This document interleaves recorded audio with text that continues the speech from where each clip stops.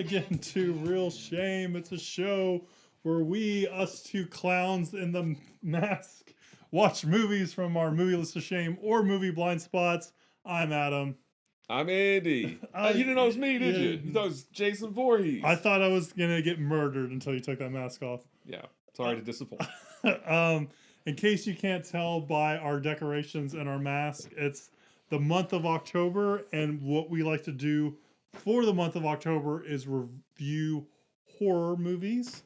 And so this week we're coming at you. You want to tell them what the theme is of the movies for this week? It's not Friday the 13th, and it's not Halloween 3 or Halloween movies. It's actually vampires this week. There's hundreds of vampires movies. Oh my God, yeah. There's so many. But we're only going to tackle 3. We're going to tackle 3. So yeah, we're going to come at you with more episodes this week, and this week it's all going to be themed vampires, and as we go on, we'll do a new theme each week. That's right. So I'm looking forward to it. And today we're watching a movie that I've never seen, but it's really well known, I would think. Very.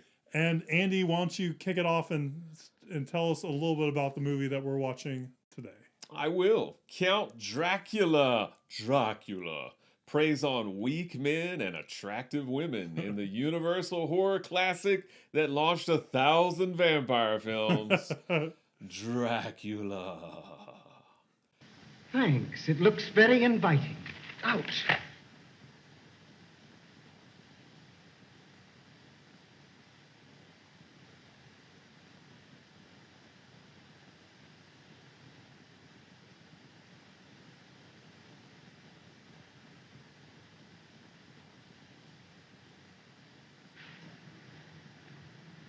Oh, it's nothing serious, just a small cut from that paperclip. It's just a scratch.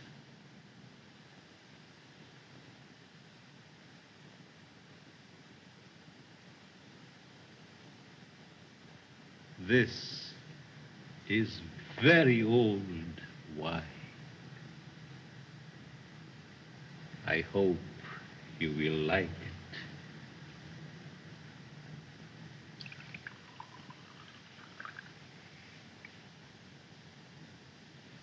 Aren't you drinking? I never drink. Why? So Dracula came out in 1931, directed by Todd Browning. Todd Browning is probably most well known for directing a movie a year after this called Freaks, where he used actual people from like a circus sideshow. It's a controversial kind of film back then, and actually still kind of a controversial film now. And I don't think it has any kind of Blu-ray release as yet. I think people are always clamoring for that. Interesting film. The cinematographer Carl Freund, I read, also kind of did some uncredited directorial work on this because apparently Todd Browning was kind of disorganized and it's kind of a mess, so they both kind of directed it. But Todd Browning really gets the credit for it. It's written by Garrett Fort, and it's based on the Bram Stoker novel Dracula, which was published in 1897, and also a play called Dracula by Hamilton Dean and John L. Balderston, which premiered in 1924. And when that play, I think that play originated in England, or it was first staged in England, but when it came to America, it came to Broadway, Bela Lugosi actually played Dracula in it.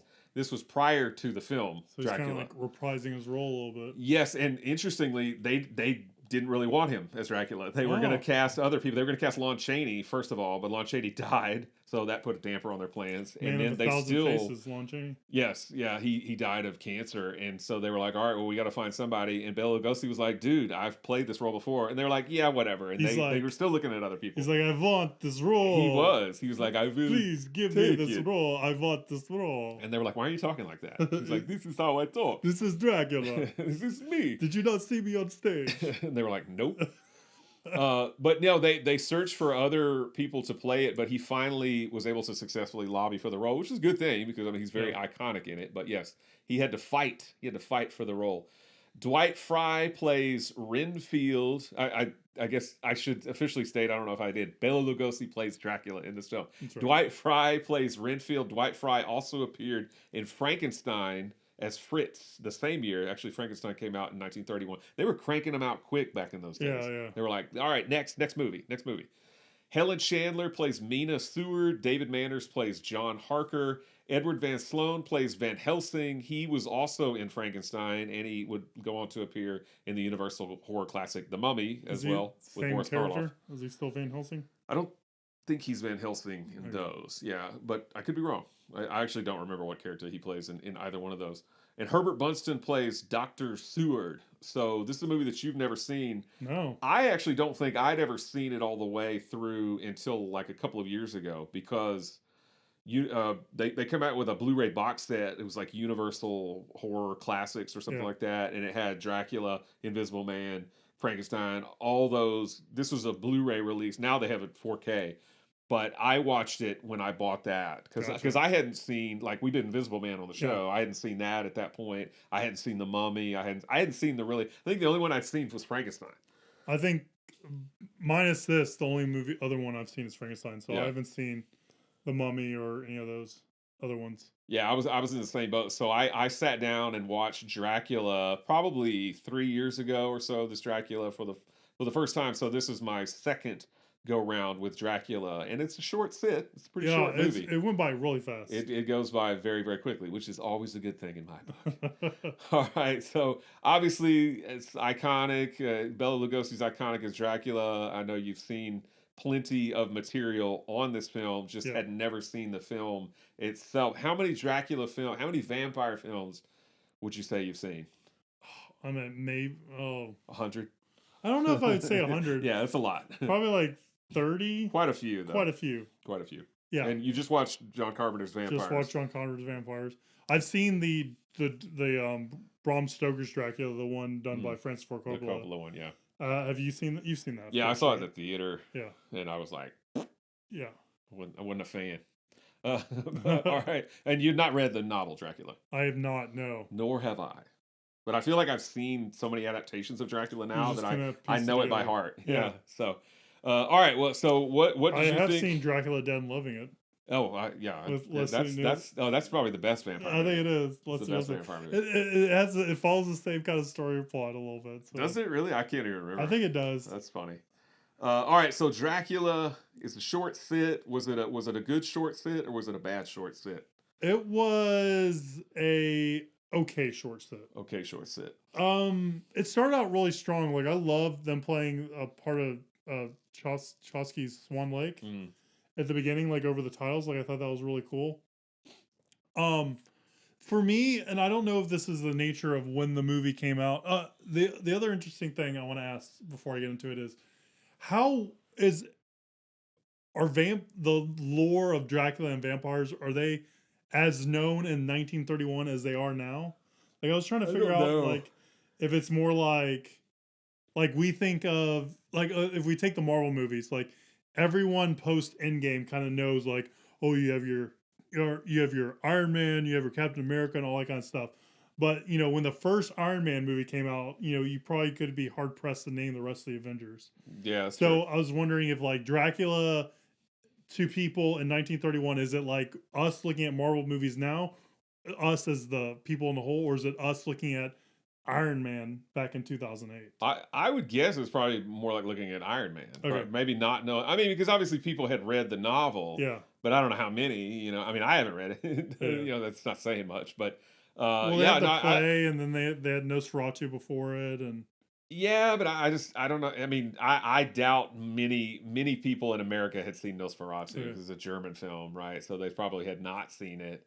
But yeah, I would guess that they probably didn't know nearly as much. We have the advantage of having a million movies about vampires now and knowing all the different things, the tricks of the trade. But in 91 years, is that right? 92 years? Yeah, 91. 1931 to 2022. Yeah, of movie history and a lot of vampire almost movies. 100 years of vampire lore. So that's I was kind of thinking about that during the two of the older movies we're watching this week and stuff like that. So okay, where did I think on it? It was okay. I put in my notes, it's kind of disappointing. And the hard part for me is I don't know how much of this is it being a movie that came out in the 30s. Because I don't know if there was like censorship stuff they had to get around, or if it was limitations of the technology, or limitations in the way films were made and all that kind of stuff. But the biggest disappointing thing to me in this movie is it seems like all the interesting stuff happens off camera. Mm-hmm. Like when Van Helsing kills Dracula, it's not on camera. You see him kneel down over the coffin, and then we cut to another scene, and then you hear off screen Dracula dying. Like that true. would be front and center on any other vampire movie, any modern vampire movie, right? Sure, yeah. From like the 70s onwards. So that's interesting to me. And also like when Renfield gets changed, you see Dracula, bending over him where he's passed out. And then the next scene we have like the ship, and then the next scene he's like crazy man. Mm-hmm. You don't see any of that, like that change and stuff like that. So yeah, it's that stuff's disappointing, because I think that's where like the meat of this kind of story is in that, like, these changes, these characters, that stuff like that. So for me, it kind of left a lot on the table because we didn't get to see stuff like that. We didn't get to see these interactions, these changes, and all that kind of stuff. Where like Renfield's like passed out in one scene, and the next scene he's crazy and wants to eat mice, and it's like, okay, how do we get here?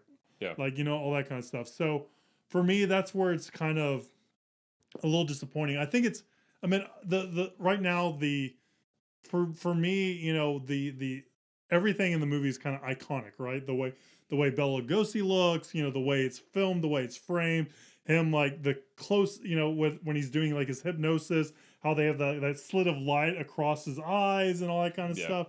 It's all like cool, right? And it's all like, of popular culture and all of like the zeitgeist and everything like that. So all that stuff's really cool. But like I said, even though the movie is really short, the most disappointing thing to me was all the things that I would have found interesting were just kind of not presented on the screen. It was all like off screen kind of stuff. Yeah. So I was really surprised by that. And that kind of was a little disappointing for me, honestly. Right. So that's kind of where I fell on Dracula. I mean, I liked it, but like, again, I just wish we could have seen more interesting things presented on screen. It also feels very like abrupt, like it feels very condensed, and I know the movie's short, but it's like it's just like we clip through things and there's not a lot of room to breathe. Which is interesting compared to like the movie we're going to talk about at the end of the week, because they're kind of tackling the same source material, and they and I feel like they do it almost in like two drastically different ways. And like the other movie has like a mood to it and has like this sense to it and all this kind of stuff, where this movie just doesn't, I feel like, have any of that, which is really interesting. Because I would have, before watching this, I would have flipped it. I would have think that I would have liked this movie more than I would have liked Friday's movie. Mm-hmm. But that's not the case. Oh. So that's kind of where I stand. So you said you've seen it once a few years ago. Yeah, recently. Do you remember what you thought of it when you watched it the first time? Yeah, I mean, with movies like this, it's hard because they're so well known and they're so just iconic. Yeah. And so going into it, even though I'd never seen it before, it almost felt like I'd seen it because I've seen so much about it and I've seen so many clips from it and everything else. So it's hard to try and judge a movie like this. I mean, you just there's so much going on around it kind of in your mind or whatever as you sit down and watch something like this. I mean, I remember watching it a few years ago, and I mean, I liked it. I mean, but I don't know. I mean, it's just like it was almost like I watched it and it was like, okay, yeah, that was good. And I just kind of was, I was like that. Yeah, I checked it off my list. Exactly. So I didn't really, it's not like I went running around town going, you guys, you got to see Dracula. It's amazing.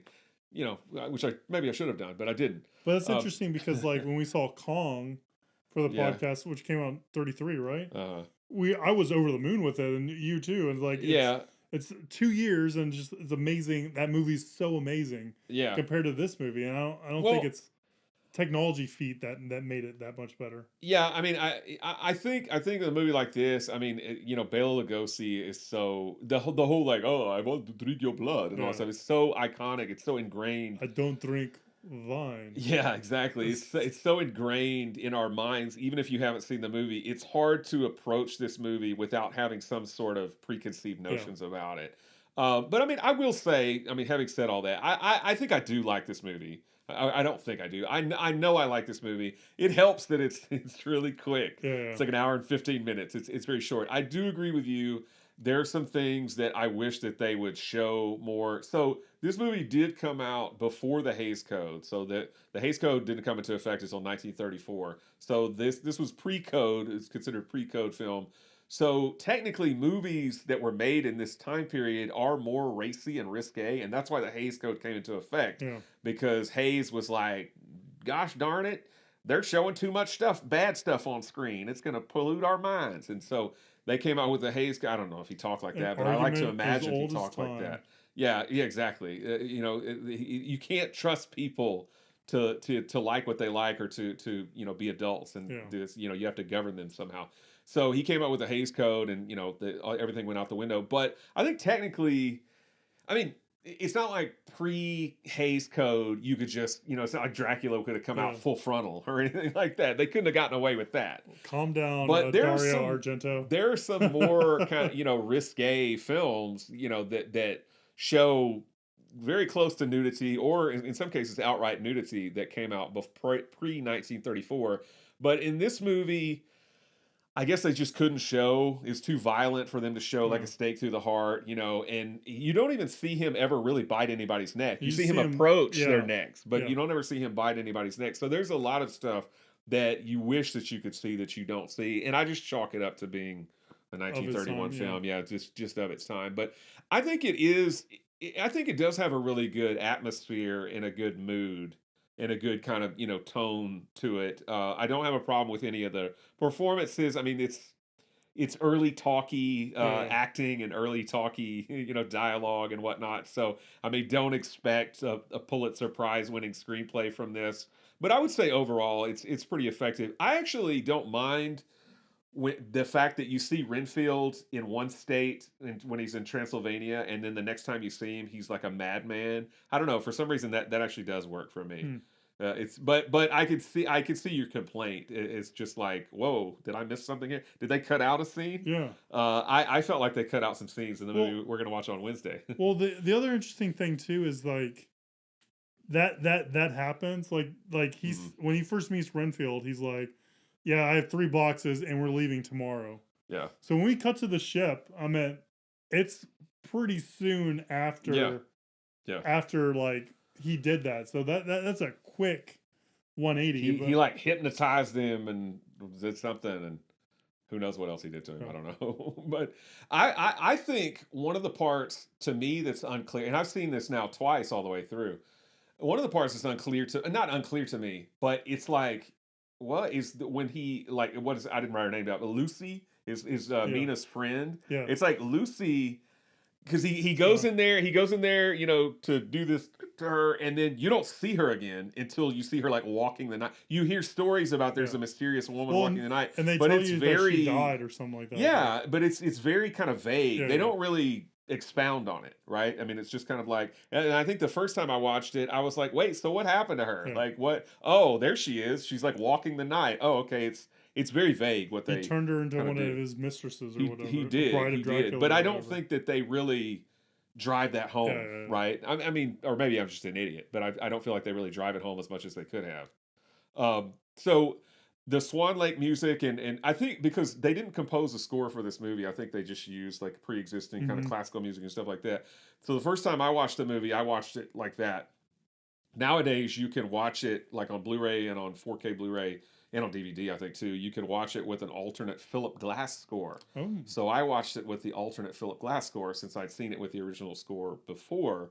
And I mean, I thought it was good. I mean, I like Philip Glass just fine. Yeah. And if you know Philip Glass's music, you kind of know what you're in for. I mean, it's Philip Glass score, but it's performed by Kronos Quartet. Okay. So, but I thought it added to the film pretty well. But there's some parts of it and I was like, it's a little annoying. But overall, I would say that I liked it. But yeah, so overall, I like the movie overall, and it's a quick sit. I can't stress that enough. Yeah. Well, I will say that I didn't watch it with the Philip Glass score, but there was a lot of silence in the movie. I don't know if you got that with yours. Like between dialogue, there's no score. It's just like you're sitting for like a minute or two in absolute silence. I think the Philip Glass score is kind of continuous. Okay. Yeah, it was I very don't think there's as interesting much. to me that happened. Yeah. Because I'm like, just You're like, watching. did something happen to my volume? Yeah. Because now, like, you're with modern movies, you're inundated. You can barely hear the dialogue. It's Yep. so much. Yep. The other interesting thing on this movie is that when they're speaking, when they're outside of Transylvania, they're speaking like Hungarian or something, and they're actually speaking Hungarian. Yeah. Like that to me is no like subtitles. yeah, to me that feels like a very modern kind of way of doing stuff of movies. You know, having not for English movies, English language movies, having non-English speaking roles that aren't subtitled and all that kind of stuff. To me, that feels very modern, and it's interesting that 91 years ago, Dracula did it. Todd Browning did it. So I found those are two things I kind of want to highlight that I found really interesting. The animals also in Transylvania are kind of like, like I didn't know they had armadillos in Transylvania. I know. I noticed that, and I was like, oh, okay. I was like, the only armadillos I ever see are dead on the side of the road. Transylvania, Texas. I guess in Transylvania they don't have to worry about cars, driving, running them over and killing them. Because I'm telling you, I think I've seen one live armadillo in my entire life. All the rest of them have been dead beside the road. So it's crazy. Right. Well, anything else on? You got a lot of stuff about Dracula. I do have a few other things. So as I mentioned, this is available on 4K now. There's a Universal Collection. So they came out with the Universal Collection on Blu-ray, and it had, I don't know, 8 films or 9 films or something like that. They've now split that into 2 volumes with the 4K stuff. Get more money. Get more money, exactly. But they have a 4K version that came out a few years ago with Dracula, Invisible Man, Frankenstein, and the Wolfman, and volume 2 of that is actually coming out next week. Oh. It's got Bride of Frankenstein and Creature from the Black Lagoon, and I don't know what else, but some other movies. Have to get those steelbooks. All on this. I don't think they have a steelbook version, but they sorry to disappoint. So the one cool thing about this movie is they filmed it during the day, and then they quit for the day, and then at night another crew came in and filmed a Spanish language version of this overnight. Oh, really? Yes, and same different actors. Different actors. Same sets. Different actors, different director, different crew, different everything. Same sets, and it's included as an extra on the Blu-ray release and on the 4K release. So I've actually seen the Spanish language version. I actually watched it back when I watched the original version a few years ago, and I watched it again this time. Because it's quite good.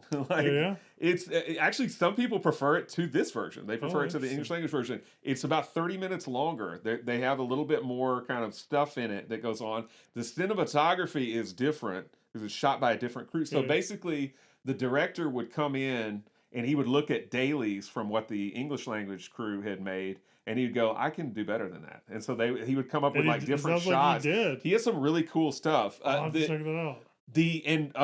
The costumes and everything are a little racier. Like the Mina, her name is Eva or Ava, not Mina in the Spanish language version. She wears some pretty low cut stuff. In fact, you can see a nipple a couple of times. So it's a little bit racier. The Spanish language version. Bela Lugosi to me is superior to the guy that plays it. It's Carlos Villarreal that plays Dracula. He's not bad. He's Conde Nast. Conde Dracula, not Conde Nast. He owes the back seats. Yes, Conde Dracula. I like that. He's Conde Dracula, not Conde Nast Dracula in the Spanish language version, but he's not as good as Bela Lugosi. But everybody else is pretty solid. The actress who plays the Mina Seward or Eva Seward character, Lupita Tovar, I was doing some reading on her. First of all, she lived to be 106 years old. Wow. She might be a vampire. She might be a vampire. I bet they probably thought she was until she finally passed away. But she's the grandmother of filmmakers Chris Weitz. Okay. Yeah. Weitz, how do you say it? I think it's Weitz. His brother, they made like American Pie. Yeah. So she's their grandmother. So that's I thought cool. that was pretty cool. Since not all movie theaters were wired for sound in the early 30s, there was a silent version of this as well. So basically, they just took the movie and put little title, The title cards in it. Yeah, title cards and dialogue and stuff in it. But I thought that was kind of cool. Have not watched the silent version, but I don't think I would. I mean, what's the point? Since I have the English language version. Silent version is 40 minutes longer. Yeah. The Dracula, the English language version, was selected for preservation by in the National Film Registry by the Library of Congress in 2000. Incidentally, I think the Spanish one was also selected for preservation in like 2015. That's cool.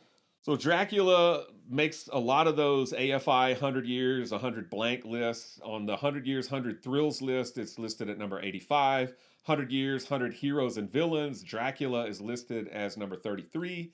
100 years, 100 movie quotes, it's listed at number 83, and the quote is, Listen to them. Children of the night. What music they make. That's the quote that's at number 83. It's 94% fresh on Rotten Tomatoes, 82% audience score. Roger Ebert in print gave it 4 stars. He considered it one of the great movies. Leonard Maltin gives it 3.5 stars. And incidentally, Leonard Maltin gives the Spanish language version 3 stars. All right. Yeah. Well, that's Dracula, guys. Our first Dracula. one down of our vampire movie week. So with this, I wanted to pair it with another vampire movie since we're doing vampire movies this week. And lo and behold, I found out that a director, Catherine Bigelow, one of her first directorial outing, it might be her first solo directorial outing, she did a vampire movie. And so I decided, hey, why don't we just throw that on the list? So I decided to pair, or not to pair, I decided another vampire movie for us to watch is could be her movie that came out in 1987 called Near Dark. So stay tuned on Wednesday for that. All right, guys. Well, one down, many more to go on our Halloween horror movie watch. I don't know. There's probably a better way of saying that. Month o' horror. Month of horror. All Hallows Eve. So stay tuned next time when we watch Near Dark, and we'll see you soon, guys. Have a good one. Bye.